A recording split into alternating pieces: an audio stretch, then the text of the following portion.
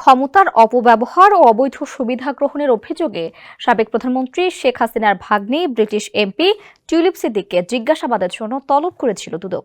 তবে তিনি হাজির হননি। এ প্রসঙ্গে বুধবার রাজধানীর সেগুনবাগিচা কার্যালয়ে কথা বলেন দুর্নীতি দমন কমিশন দুদকের চেয়ারম্যান ডক্টর মোহাম্মদ আব্দুল মোমেন। তিনি জানান, টিউলিপ সিদ্দিক হাজির না হওয়ায় আত্মপক্ষ সমর্থনের সুযোগ হারিয়েছেন। আত্মপক্ষ সমর্থনের সুযোগ নিয়ম অনুযায়ী সবাই পেয়ে থাকেন। কেউ উপস্থিত না হলে আন্তর্জাতিকভাবে যেটি প্রযোজ্য সেটি অনুসরণ করা হবে। তিনি আরো বলেন, যদি আমরা স্বাভাবিকভাবে তাকে না পাই কিংবা তিনি যদি বিদেশি নাগরিক হন অথবা পলাতক থাকেন, তাহলে অবশ্যই তাকে পলাতক হিসেবে বিবেচনা করা হবে।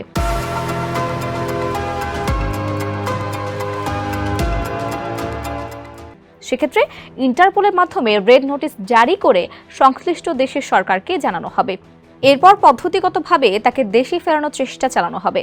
এর আগে টিউলিপের বিরুদ্ধে রাজধানীর পূর্বাঞ্চলে প্লট পাওয়া এবং গুলশানে একটি ফ্ল্যাট দখলের অভিযোগে মামলা করে দুদক। এজাহারে বলা হয়, কোনো টাকা পরিশোধ না করেই টিউলিপ সিদ্দিক ইস্টার্ন হাউজিং লিমিটেডের কাছ থেকে অবৈধ পারিতোষিক হিসেবে গুলশান 2-এর একটি ফ্ল্যাট গ্রহণ করেন। দুদক চেয়ারম্যান বলেন, শেখ হাসিনা ও টিউলিপ সিদ্দিক দুজনকেই দেশে ফেরাতে কমিশন কাজ করছে।